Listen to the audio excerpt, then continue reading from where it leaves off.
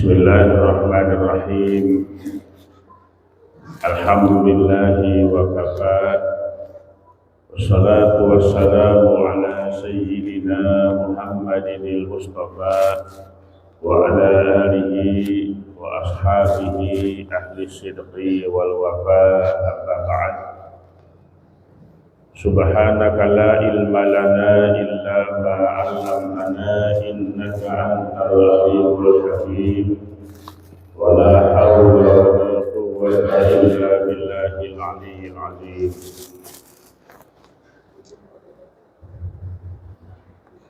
Kaum muslimin dan muslimat jamaah Masjid Miftahul Huda segenap DKM Masjid Miftahul Huda, di khusus orang tua kita Pak Haji Andi Yusuf, Bapak Ibu sekalian yang dimuliakan Allah Subhanahu wa Ta'ala. Alhamdulillah, kita bersyukur pada Allah Subhanahu wa Ta'ala. Pagi ini kita awali aktivitas kita dengan sama-sama melaksanakan sholat subuh berjamaah. Ketika Nabi bertanya kepada sahabat Sa'ad, "Kaifa asbahta ya Sa'ad?" Wahai Sa'ad, apa kabar pagi ini? Pertanyaan ini sama dengan pertanyaan ketika kita berjumpa dengan teman. Apa kabar? Jawaban kita, kalau ditanya nih pagi-pagi nih, halo Bapak, Ibu, sahabat, apa kabar?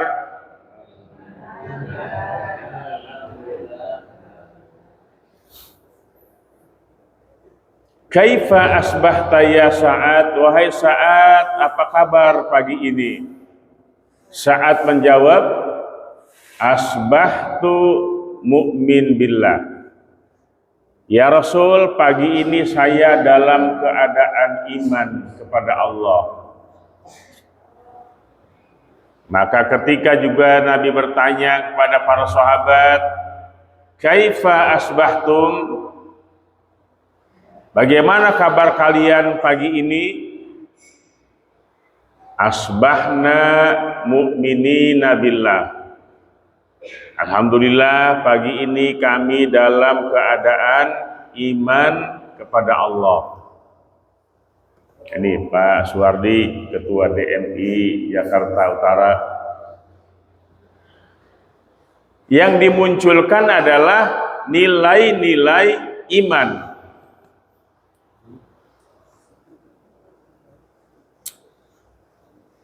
Yuk kita tes. Saya tanya, wahai Bapak Ibu sekalian, kaifa asbahtum? Asbahna mu'minina billah. Kalau saya tanya secara pribadi, kaifa asbahta? Asbahtu mu'min billah. Sama dengan ketika jawab kita tadi, alhamdulillah, ya. Tetapi tambah dengan nilai-nilai keimanan. Kenapa kita perlu memunculkan nilai-nilai keimanan? Sebab kita khawatir apa yang disabdakan oleh baginda Rasulullah sallallahu alaihi wasallam, badiru bil a'mali shalihah fasatakunu fitanun wa qati'il lailil muslim yusbihu rajulu mu'minan wa yumsi kafiran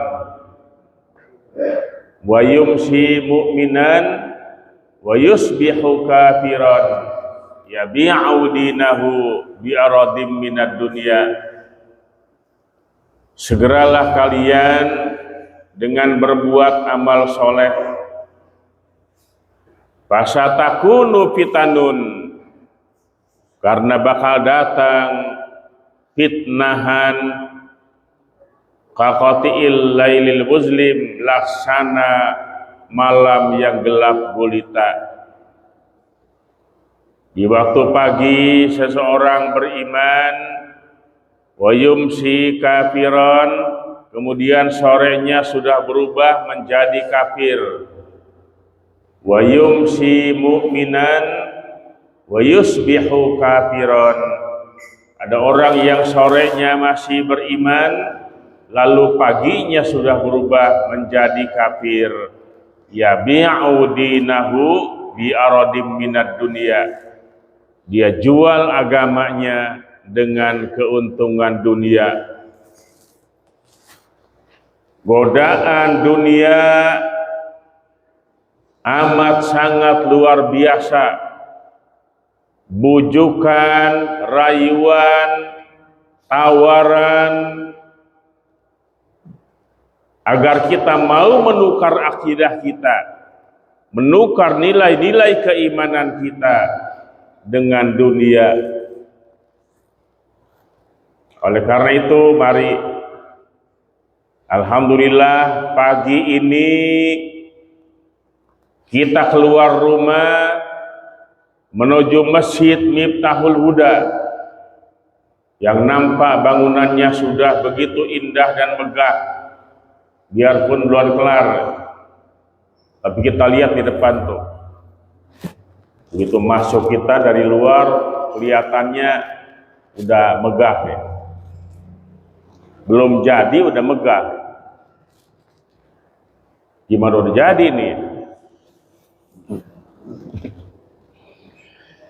Bapak Ibu sekalian yang dimuliakan Allah Subhanahu wa taala.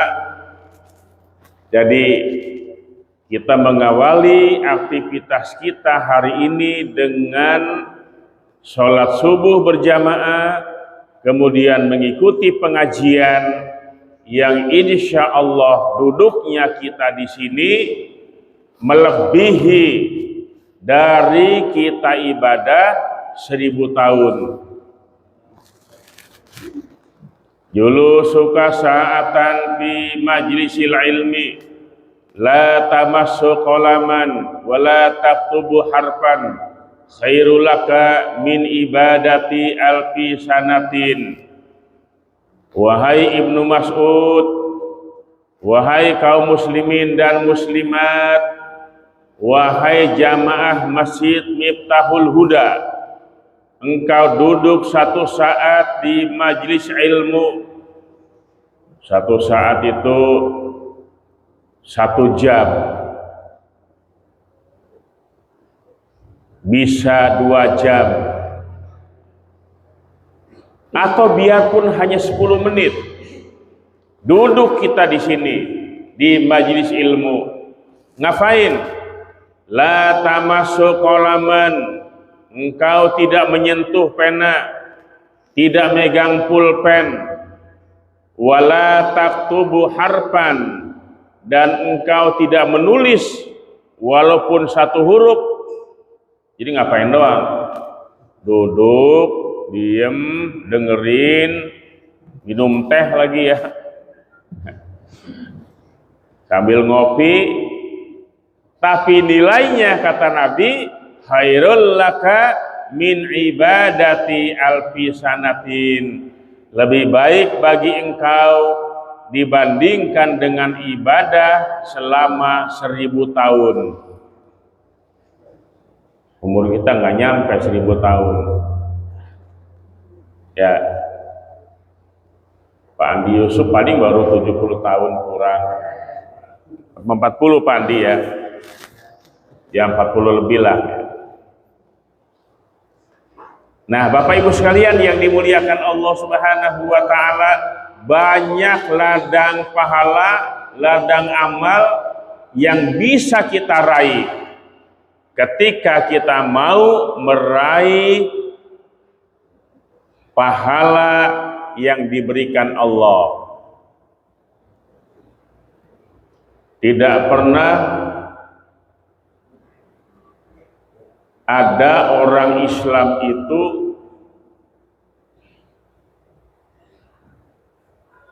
yang kesehariannya terbuang percuma dengan sia-sia. Saya mau tanya, ini umur kita berapa sih sebetulnya? Berapa Pak umur kita? Hah? 16. Kalau kata Nabi begini kan, umru ummati baina sitin wa sab'in. Umur umatku itu antara 60 sampai 70. Kalau lewat 70 itu tinggal bonus. Tetapi yang sesungguhnya bahwa umur kita itu sebetulnya hanya 24 jam.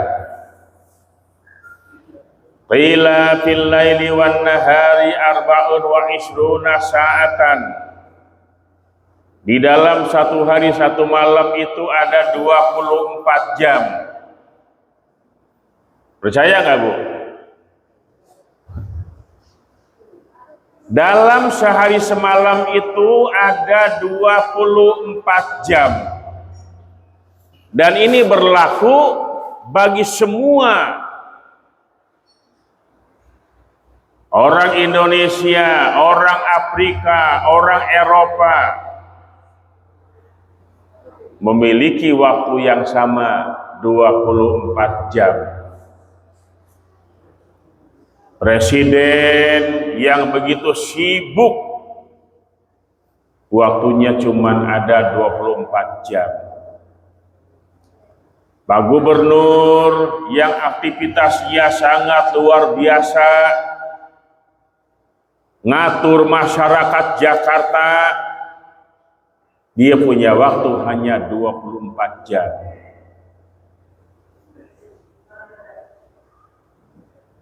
Orang yang nganggur, gak ngapa-ngapain, waktunya sama, cuman punya 24 jam.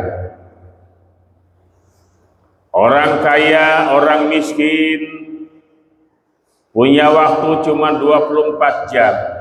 Nah, bagaimana kita mengatur yang 24 jam ini? Orang sukses, orang yang gagal, dia hanya punya waktu 24 jam. Oleh karena itu kita kelola waktu 24 jam ini dengan baik dan benar. Dari mana kita mengaturnya? Dalam waktu yang 24 jam, maka manusia itu bernapas fi kulli sa'atin, di dalam tiap-tiap 1 jam, mi'atun wasamanuna nafsan, 180 kali napas. Kalau 24 jam, 4.320 kali napas. Setiap 1 menit kita bernapas 3 kali. Coba hitung. 1 menit nih kita diam, napas kita hanya 3 kali. Keluar, masuk, keluar, masuk, keluar, masuk. Itu yang normal. Kalau orang lagi main bola jangan dihitung, dah ngos-ngosan. Orang lari napasnya ngos-ngosan banyak. Orang yang normal, kita sedang diam, duduk, tenang, napasnya keluar masuk. Coba emak duduk ya sekarang ini. Tanya, napas enggak? Napas ya? Keluar enggak? Keluar. Masuk. Keluar. Masuk enggak? Kita rasakan itu. Kalau napas kita keluar, enggak masuk lagi, habis sudah kita. Napas kita keluar, gak masuk lagi, habis kita. Nah, maka napas yang kita keluarkan itu di mana kita berada? Apakah kemudian punya nilai pahala atau kemudian punya nilai dosa? Tergantung di mana. Kalau kita mau bicara jujur nih, dalam kehidupan itu yang paling banyak pahala yang dia raih adalah ibu-ibu.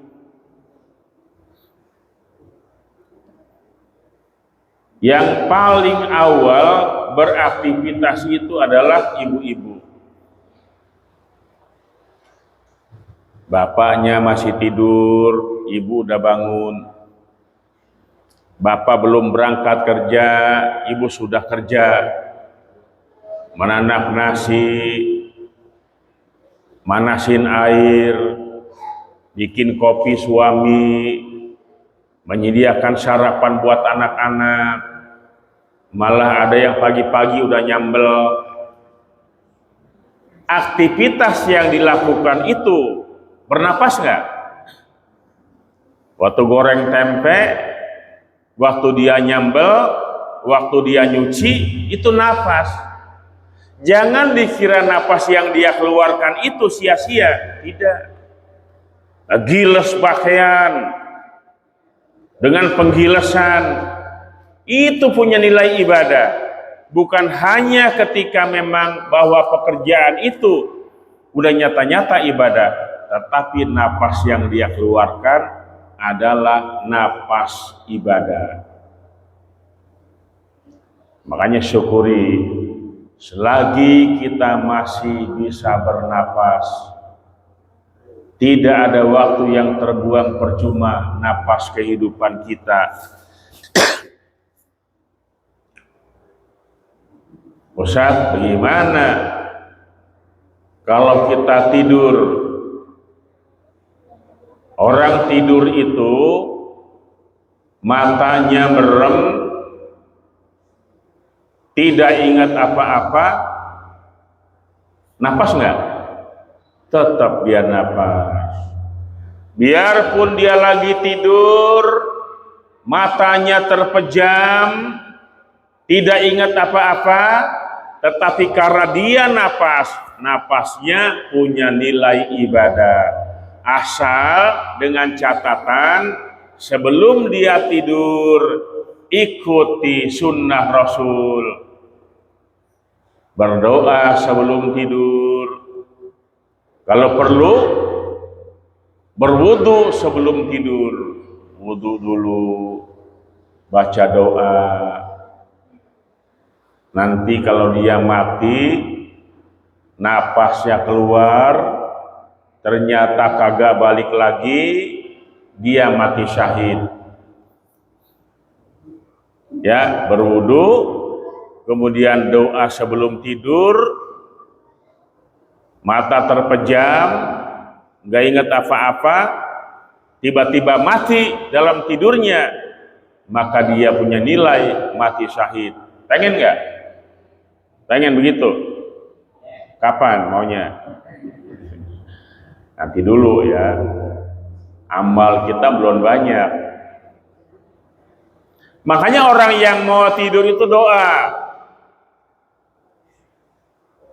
Anak kecil aja hafal nih. Anak kecil yo doa sebelum tidur. Bismika Allahumma ahya wa bismika amut.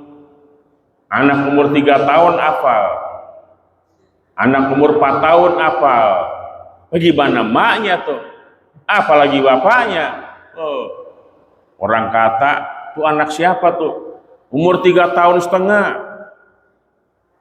Doa mau tidur dia hafal, doa mau makan dia hafal, doa habis azan dia hafal. Itu anak umur 4 tahun. Bagaimana bapaknya? Bagaimana emaknya? Insya Allah bapaknya mah nggak hafal. Tapi alhamdulillah anaknya hafal. Kalau dulu zaman saya kecil, mak saya tuh yang rajin kumpulin anaknya, yuk doa bareng-bareng, doa mau tidur. Bismillahirrahmanirrahim. Bismika Allahumma ahya wa bismika amut. Turu-turu ojo lali, badan turu hati tangi, roh madep maring Allah, la ilaha illallah Muhammadur Rasulullah. Saya tanya mama saya, lah mas saya kan orang Jawa, mas saya Betawi asli, orang baik, orang Krepat Besar Baru. Turu-turu jolali artinya apaan mak? Allah juga nggak tahu. Tetapi ternyata itu maknanya bagus. Biarpun tidak menggunakan bahasa Arab, boleh pakai bahasa Jawa, Sunda, pakai bahasa Inggris juga boleh. Turu-turu ojo lali, tidur jangan lupa, badan turu hati tangi, badannya tidur hatinya bangun. Roh madep maring Allah, ruhnya menghadap Allah. Ditutup dengan la ilaha illallah Muhammadur Rasulullah.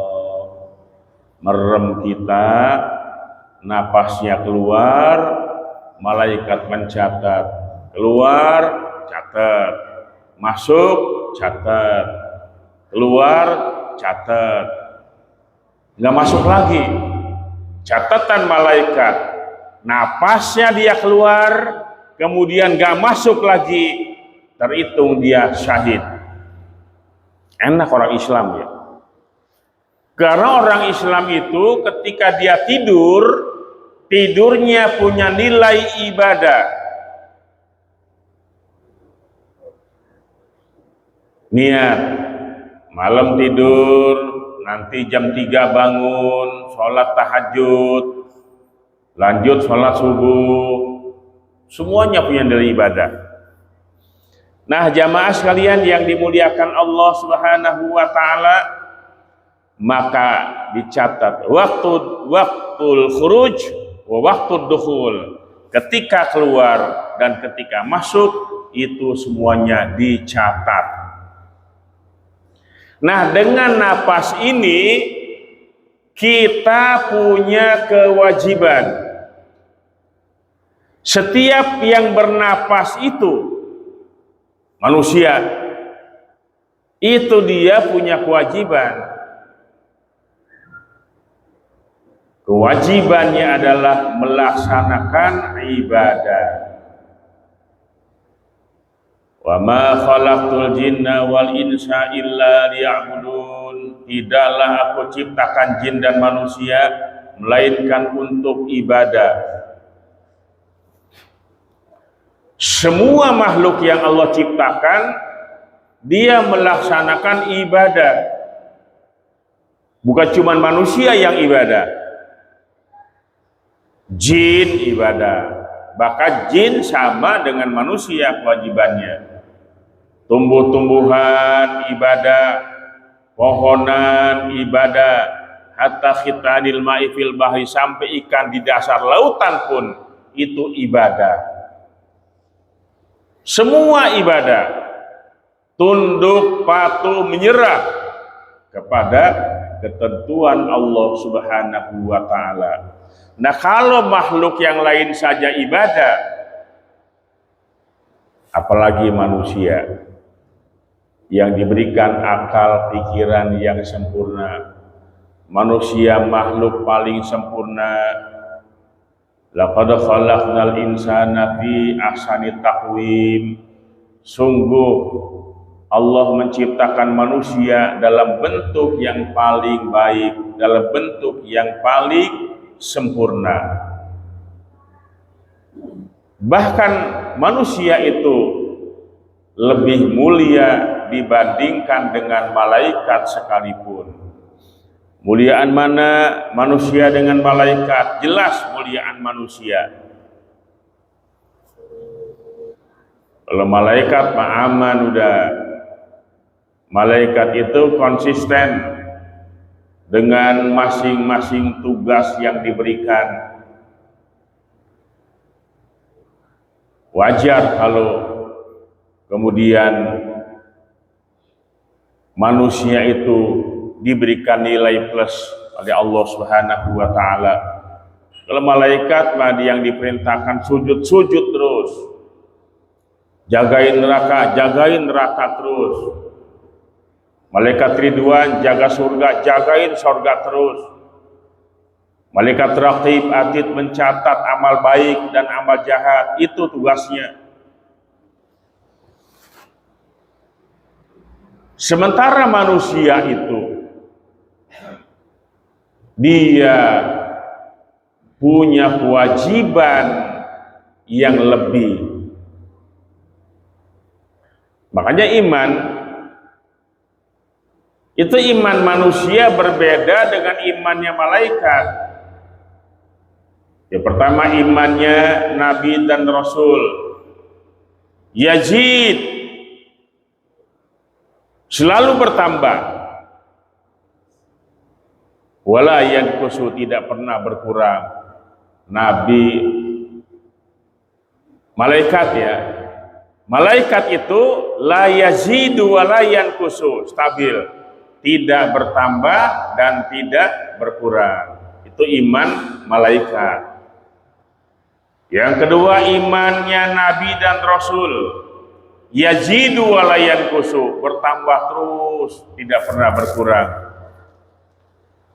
Baru yang ketiga iman manusia biasa seperti kita.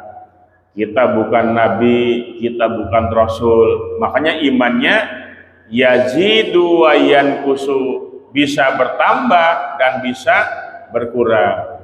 Tergantung situasi dan kondisi. Habis bulan, suami gajian, imannya naik. Pertengahan bulan mulai menurun. Wa iza an'amna 'alal insan a'rada wa na'a bi janibi wa iza masahu syarru kana ya'usa. Manusia itu kalau kami berikan nikmat, dia lupa daratan. A'rada, berpaling. Wa iza masahu syarru kana ya'usa. Ketika diberikan ujian, dia lekas berputus asa. Dikasih nikmat, terkadang lupa. Begitu dikasih ujian, mudah berputus asa. Paling tidak dia berkeluh kesah. Itulah manusia. Bapak Ibu sekalian yang dimuliakan Allah, ada pertanyaan begini. Kalau iman itu bisa naik, bisa turun, apakah iman itu bisa dibagi? Oh, lagi naik nih imannya nih, dari 1 menjadi 2, 3, dan seterusnya. Atau ketika imannya turun itu, mulai mulai hitungan 5, jadi 4, jadi 3. Bukan seperti itu. Imannya tetap seperti itu. Daya tahannya. Dari mana kita mulai beriman itu?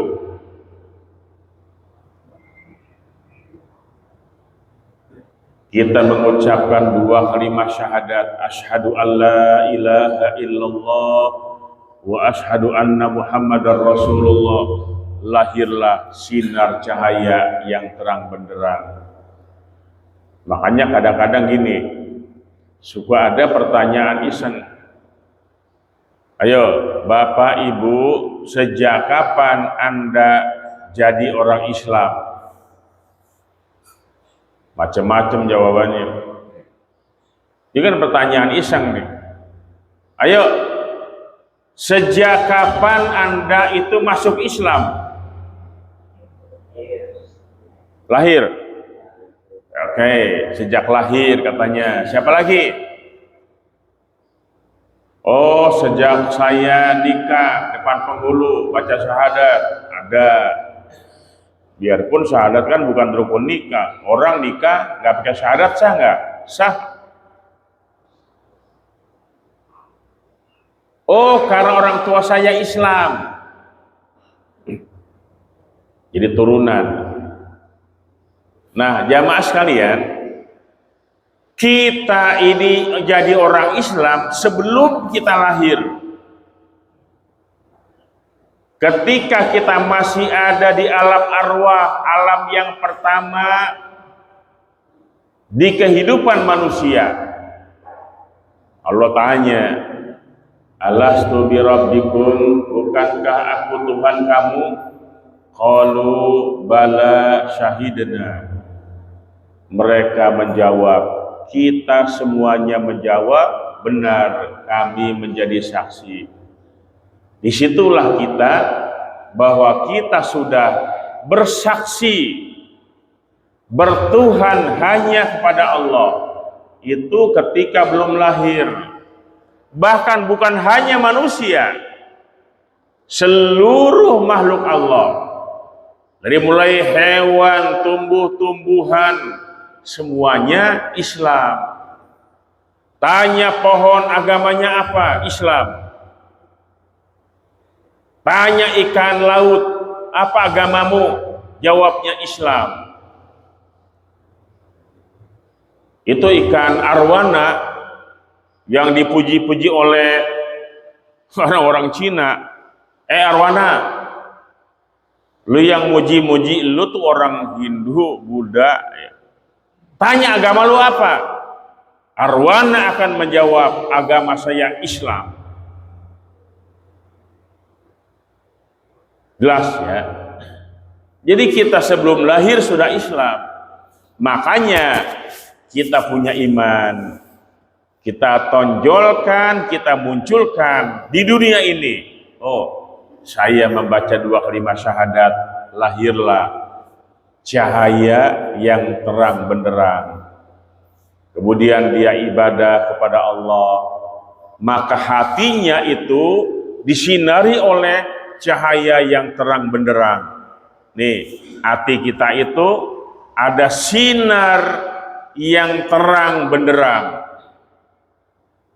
Semakin hari semakin banyak dia ibadah, zikir, baca Quran, ibadah-ibadah yang lain, maka sinar tadi itu semakin membesar. Awas nih ya. Jadi sinar keimanan itu semakin bercahaya.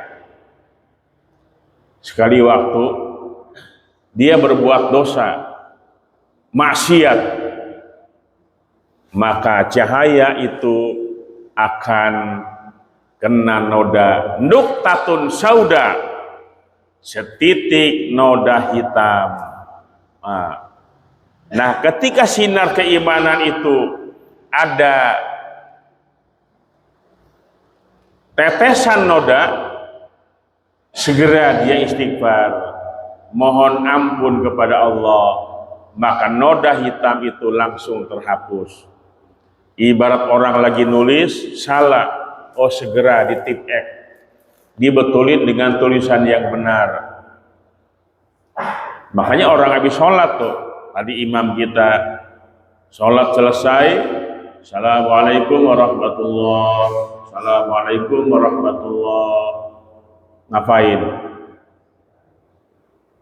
Astagfirullahaladzim. Hebatnya orang habis sholat baru saja menyelesaikan perintah Allah dengan ibadah sholat, minta ampun. Orang yang habis berbuat dosa bangga, gue habis mabok nih, gak istighfar tuh, malah bangga. Gue menang main judi nih, bangga. Contoh, orang yang habis sholat dia istighfar, minta ampun kepada Allah. Bukan cuma buat dirinya, juga untuk kedua orang tuanya. Li wali walidayya, minta ampun kepada Allah buat dirinya, juga li wali walidayya, untuk kedua orang tuanya. Makanya sinar keimanannya itu, ketika sinar itu semakin membesar, apapun yang dia dengar, sami'na wa ata'na, kami dengar dan kami taat. Nah, bagaimana kalau sinar cahaya itu ada noda hitam, tidak segera dia hapus, makin lama makin banyak tuh sinar itu, ada noda satu, noda, banyak noda yang kemudian hatinya ditutup oleh kabut hitam. Kalau hatinya sudah tertutup oleh kabut hitam, apapun yang dikatakan orang, dia nentang, gak dengar nasihat guru, gak mau dengar nasihat orang tua, dibilangin dia ngelawan, disuruh sholat dia ogah. Kenapa? Karena hatinya ditutup oleh kabut hitam. Ketika dia mendengar sami'na wa asoina, kami dengar tetapi kami menentang, kami menolak. Nah, jamaah sekalian yang dimuliakan Allah Subhanahu wa taala, oleh karena itu menjaga nilai-nilai keimanan itu bukan cuma dengan omongan. Oi, jaga iman kita. Gimana caranya menjaga iman? Karena dalam diri manusia itu ada segumpal darah, sekerat daging, yaitu hati. Kalau segumpal daging ini baik, baiklah seluruh jasadnya. Tetapi manakala segumpal daging itu rusak, maka rusaklah seluruhnya. Ala wahiyal qalbu, ketahuilah segumpal daging itu adalah hati. Jadi hati. Makanya orang Islam itu ketika dia masuk neraka, wah, dia digodok di api neraka, udah dicemplungin, dibakar, terbakar dia di api neraka. Tetapi ada satu daging yang neraka tidak akan mampu membakarnya, itu hati yang beriman. Selama hati kita ini beriman kepada Allah, neraka pun tidak akan sanggup membakar hatinya. Lalu dia terselamatkan, dipindahin dari neraka ke surga. Kenapa? Neraka nggak sanggup ngebakar sekerat daging. Dan itu adalah hati orang yang beriman. Nah, dipelihara itu supaya apa? Supaya kita dari sekarang, dari masih hidup sampai kita meninggal dunia, tetap jadi orang Islam yang beriman. Dipelihara ya, dipelihara iman itu, kemudian terus diperiksa, dikontrol. Kontrol nih, apakah hati saya konslet atau normal? Kita bisa kontrol. Kenapa sih gua ya, kalau dengar orang azan kayaknya pengeng kuping gua nih. Nah, periksa tuh, ada yang konslet. Kalau dengar orang baca Quran, hawanya, ya orang kepanasan, kita bisa ngontrol, ya. Kenapa sih males dulu mau ke masjid? Ada undangan pengajian, males. Tapi begitu nonton sinetron berjam-jam, begitu bersambung, brengsek. Lagi anak bersambung, kalah. Nah, kita harus banyak kontrol. Ya, Bapak Ibu sekalian yang dimuliakan Allah Subhanahu wa taala, inilah kajian kita pada pagi hari ini. Mudah-mudahan kita sama-sama pertama memelihara napas kehidupan kita. Jadikan setiap napas kita itu punya nilai ibadah. Ketika kita bernapas sedang ngegosipin orang, yakin kita napas yang kita keluarkan menjadi dosa. Ya, karena kita ngomongin orang, apalagi mitnah orang, dengan napas kita, itu napas yang kita keluarkan menjadi dosa. Makanya Islam itu melarang kita berbuat ghibah, namimah, gosip. Ini sekarang banyak nih. Tiap hari beritanya apa yang lagi rame? Pagi, siang, sore, malam. Itu apa sih? Rembo apa tuh ya? Hah? Rambo? Iya. Itu terus ya. Itu jadi kemudian kita yang ngelihat itu tergoda hati kita. Jadi banyak hal-hal yang kurang bermanfaat buat kita. Semoga Allah Subhanahu wa taala melihara iman kita, Islam kita, dan diwafatkan kita dalam husnul khotimah. Saya mohon maaf yang sebesar-besarnya. Saya akhiri, Allahul muwaffiq ila aqwamit thoriq. Wassalamualaikum warahmatullahi wabarakatuh.